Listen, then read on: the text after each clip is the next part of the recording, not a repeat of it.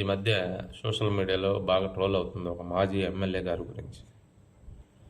మామూలుగా అయితే ఎమ్మెల్యే అనాలి, ఆయన్ని ఎమ్మెల్యే గారు అని ప్రత్యేకంగా సంబోధించాలనిపిస్తుంది. గౌరవం అట్లా ఉంది ఆయన చూస్తుంటే, అట్లా గౌరవించాలనిపిస్తుంది.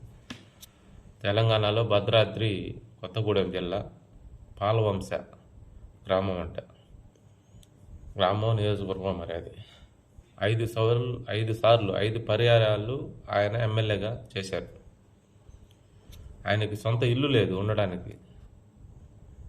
ఒక కంటి ఆపరేషన్ చేయించుకోవడానికి గవర్నమెంట్ హాస్పిటల్లో లైన్లో క్యూలో నిలబడినాడు ఆయన. ఈరోజు గుమ్మడి నర్సయ్య అంట ఆయన పేరు. ఫోటో ఉంది, చూడొచ్చు. చాలా మంది చూస్తూ ఉన్నారు, ట్రోల్ అవుతా ఉంది. అలాంటి వాళ్ళు కదా మనకు ఎమ్మెల్యేలు కావాల్సింది. అలాంటి వాళ్ళు జనాలకు నచ్చరు. ఎందుకంటే ఓట్లు అప్పుడు కోట్లు వేలు ఇవ్వాలి, ఓట్లు వేయాలంటే. రాజకీయ నాయకులు కూడా, రాజకీయ పార్టీలు కూడా అలాంటి వాళ్ళకి టికెట్లు ఇవ్వవు.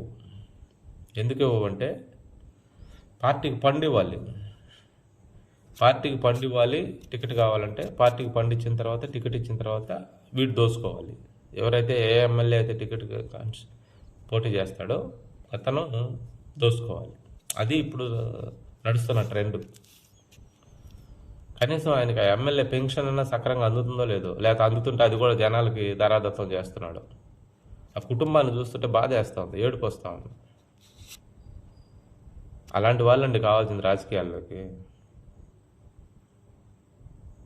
అక్రమంగా దోసుకొని జనాలను ఇబ్బంది పెట్టి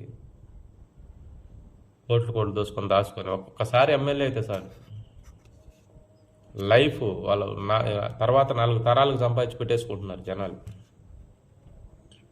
అలాంటి వాళ్ళకి టికెట్లు ఇస్తారు మన వాళ్ళు.